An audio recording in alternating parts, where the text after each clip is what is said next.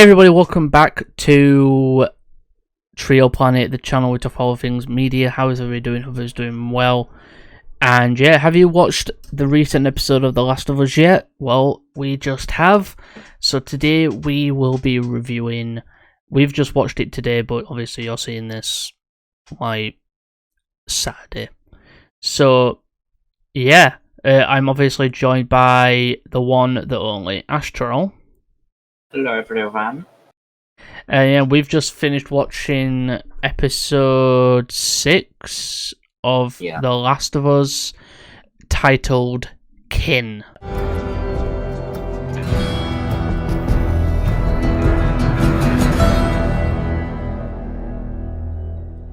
So yeah, Will obviously do his very good breakdown of the episode, a little brief of what happened, the best bits and that, and then we will get into review and rate the episode as well. So, Will, go for it.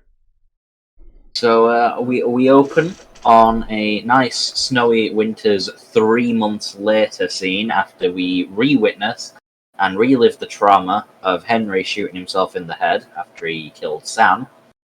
Not great. Joel has taken an old woman hostage with Ellie. Old man comes back and is like, "You didn't kill them?" And she was like, "Guns over there." And he was like, "You gave them soup?" And she was like, "Yeah." So, he's not very impressed. They figure out where they are in correlation to where Tommy is, and Joel asks how they get west. They said they have to cross the River of Death because a group of people have been leaving dead bodies on one side of the river. So, that's not great. They go anyway, and they're like, "Yeah, we're gonna go anyway." They go to the River of Death. They have a nice little chat, and then they get rode up on by a bunch of people on horses, and they bring out a dog. Dog is gonna sniff the fungus in them and tear them apart if they're infected. It gets a bit suspenseful because the dog goes towards Ellie, and everyone's like, "Oh no! Is it going to kill her because she's infected?" No, she's immune, you idiot. Not infected. They get taken because the woman recognizes Joel's name, and they're taken to Jackson, which is different than the game, because in the game you meet Tommy at a dam. We do get the dam joke in the episode, and that's sort of what tips off Ellie to the River of Death. Joel and Tommy are reunited. It's very nice. They do that like brother bear hug where they like don't let go of each other and like hit each other on the back. Bit violent, if you ask me. Their weapons have been confiscated off them, so no more epic guns for Joel. Except for Ellie's. Yeah, Ellie somehow manages to keep hers, but hers gets confiscated when they get to hers Jackson. Is in a bag anyway. Yeah, hers gets confiscated when they actually get to Jackson, which I don't remember being established until after the first game. Like, at the end of the first game, you do a little epilogue quest, and that's when Jackson is starting to be made, but it seems that Jackson's already established in this meta-universe. So they do the little Jackson stuff. Ellie gets her hair cut, she gets a shower, she gets some new clothes, she gets, a gift. A gift. We'll call it a gift. Because I'm not saying what it is. Because that was an awkward scene. That was very weird. Ellie and Marie, who is married to Tommy, go to the movies while Joel and Tommy have a little discussion about Ellie. Ellie overhears it because she obviously sneaks out of the movie because she's a little trickster. Joel goes into a room and you get the everyone's left me, everyone except fucking you scene, which didn't really hit as hard for me than the one in the game because, they've sort of been lovey-dovey for like the past 3 episodes. So, it was okay, but it wasn't phenomenal like it was in the game. Joel decides that he's not going to abandon Ellie after approximately 3 minutes of thinking about it. and gives Ellie the choice, and obviously she chooses to go with Joel because Joel's a badass. They go to the University of somewhere, I believe it's Colorado, home of the Rams. Go Rams. Ellie keeps making fun of Joel's one dream to become a sheep farmer. Joel's not impressed. They reach the Firefly headquarters. Ellie sees a monkey for the first time. She's like, "Whoa, are those monkeys?" And Joel's like, "Do you not learn anything from Fedra? Did they not teach you anything at all?" They go inside the building. There's noise, so they go and check, and it's just more monkeys. Joel's like, "Just monkeys. It's a good thing it's not clickers, even though we'd have heard if it was clickers." A group of 4 rapscallions decide that they're going to roll up on Joel and Ellie. So Joel and Ellie try to dip. One of the rapscallions manages to sneak up behind Joel. Ellie's like, "Joel, behind you!" And Joel does like a fist fight with the guy, gets him in a chokehold, snaps his neck, throws him to the ground, turns around to Ellie, who he's looking at like, "Yeah, I just murdered that guy. What is it?" And Ellie's like, "Dude, you got like a small problem." And then Joel looks down and he's been stabbed by like the bottom of a baseball bat that's been sharpened into a spike. Makes the stupidest decision and just grabs it, and he's like, "Fuck that," and he yoinks it out of himself. Starts pissing blood everywhere. Joel, how have you survived this long? Yeah, we all know if you're gonna get... I know it's for dramatic effect in TV or film, but still, it doesn't make it any less stupid, the fact that people do that in any media. Never, ever, for any circumstance, pull out a knife if it is still in you. If it's still in you, keep it there, because that thing is keeping you from bleeding. I'm pretty sure in the game as well, Joel does get stabbed, but he gets stabbed by like a switchblade, and he gets stabbed and it's instantly pulled out. Exactly, so like you can't like keep it in. If the person takes the thing out afterwards, then that's a fine. We understand, but just don't do it your fucking self. This version of Joel could have left that shit in just a little bit longer, just to get a bit further before passing out. So yeah, that happens. Joel falls off the horse as they run away. He's like bleeding to death. He's got his eyes closed. Ellie's like begging him not to leave her. It's a bit sad. Cut to black until next time. So that was episode 6, Kin. It was a lot less action-packed than the game version. Yeah. And it had a lot of differences in like location. But what did you think, John? I thought it was alright. It was cool to see Tommy and Joel's brother dynamic, Cool to see them two be the brotherly type to each other. It was cool seeing that little town. It kind of reminded me of a bit of Walking Dead with the mayor, or whatever his fucking name is, where he had that like town that he created, or whatever. But yeah, I think I don't know. It definitely wasn't as action packed, but it was more. I think it was more of an episode where we were trying to get the emotion, a bit more emotion, and they're trying to like build up Ellie and Joel's relationship, that she's kind of got to like him. She's kind of, gotten to trust him and treat him like a father figure or something. She's very sarcastic, like me. She's very sarcastic. She's always making fun of him. They're always talking to one another, making jokes.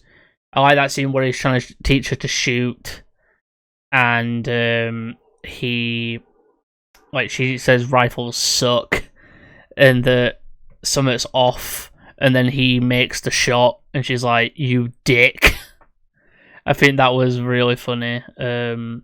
But yeah, I think the episode was really good. I really did enjoy it. I thought it's good to have your action-packed episodes, but still to get into the emotion of these characters, it's still good to get that bit of a character as well as your action. A bit of both, because I think full-on action sometimes doesn't work for certain things. I think that's why Last of Us is such a big thing, is because it mixes emotion along with it. But yeah, what about you? So it was pretty good. It was all right. We had a few things happen. They obviously, after the whole everyone except you left me, they started to grow a little bit closer. They had 5 days before they reached the university. I sort of cut that bit out of my breakdown because I was like, it's not really relevant. But yeah, they had like 5 days, like a few scenes of them getting close together, like Joel telling her about football, about teaching her how to shoot, just father-daughter bonding experiences, and it started them down the road of you're my dad, and he's like, do I look like your dad? And she's like, you do now. Get wrecked. So yeah, it's pretty good. Good character development. Joel seems surprisingly more happy all of a sudden. Like he's a bit depressed. Rightly so. His girlfriend had just been, blown up. But he seemed to have that after seeing his brother. I think it's a thing of he's also realize. He's seen his brother realize, but he's also at the point where I think he because they kept mentioning that they both did things. I think Joel's trying to not. I think Tommy's reconciled with those things, but Joel hasn't. I think it feels like Ellie is a way for him to reconcile with it, and yeah, he's definitely becoming much more closer to her and not seen as her as cargo anymore either. Because Joel and Tommy, they just murdered people. Yeah. They just threw it out there. Yeah, we killed people. So what? It's the apocalypse. Who cares? But I would say it was a nice change of pace from last episode. Last episode was extremely chaotic, and there was last a lot of things. Last episode was definitely fast paced. It didn't seem to slow down. And this episode was a lot more slower. It had like a nice rhythm between scenes where it never jumped the scale up too high too quickly. You sort of got that nice build up throughout the episode where it was like we're building towards like a big reveal, and then the reveal pays off, and it's Ellie like confronting Joel about wanting to leave her, and then it builds up again to the stab scene, and then that's paid off quite well when Joel falls off the horse and Ellie's begging him not to die because she doesn't know how to do it without him. Definitely a good cadence to how they were portraying these scenes. And that is why I'm going to give this episode a 7 out of 10. What about you, John? I'm gonna have to agree with you. Yeah, I'm definitely gonna have to agree with you on that. Like 7 out of 10, I feel like it definitely deserves that type of thing. It wasn't as impactful as last episode. No, because I feel like we've had so many impactful episodes. This one was a bit, like it was overshadowed by the others. It's quite weird because as I look back at the episodes, like episode 1, extremely impactful. Episode 2, not as much. Episode 3, extremely impactful. Episode 4, not as much. Episode 5, extremely impactful. Episode 6, not as much. It's like they've got this thing of, you get an episode of like pure excitement, an episode of we're building to something, an episode of pure excitement, episode of building to they want something else. They want to do episodes where you get your excitement and that, and then you get your like a little thing of a little rest, and then you go back and get another excitement episode and just stuff like that. Can't help but worry because next episode is Left Behind, which was the DLC for The Last of Us. And if they stay true to the story of Left Behind, it could be, I don't want to say a boring episode, but definitely not as enjoyable as the winter snow scenes where Ellie's looking for supplies to help Joel get back on his feet. But we will see that next week, obviously. So I'll hold my criticisms for that until then. But do you have anything else, Jordan? Any other points? No. Any other tribulations? No, I've got nothing else to say really. We just want to say thank you, everybody. These videos have been doing really well for the channel, to be honest with you. Our Last of Us reviews are definitely kind of a bit like getting more traction than our Bad Batch episodes are. I think Mando will get a lot of traction as well. Yeah, I think it's because Last of Us is a bit more popular, I'd say. Last of Us is definitely more popular. Yeah. Big I think Bad Batch is in its own like little niche. It's like our last Last of Us review, 48 views.